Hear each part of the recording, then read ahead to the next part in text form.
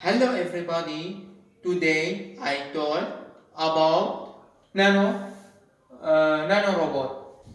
Nanorobot are new invention in the world of technology and medicine. Nanorobot in measuring and nanometers.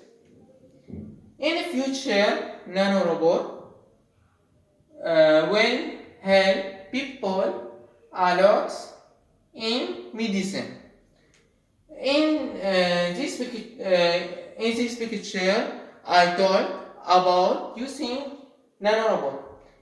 In this picture, we see nanorobot using removal of cancerous, and we see in this picture nanorobot use it to open block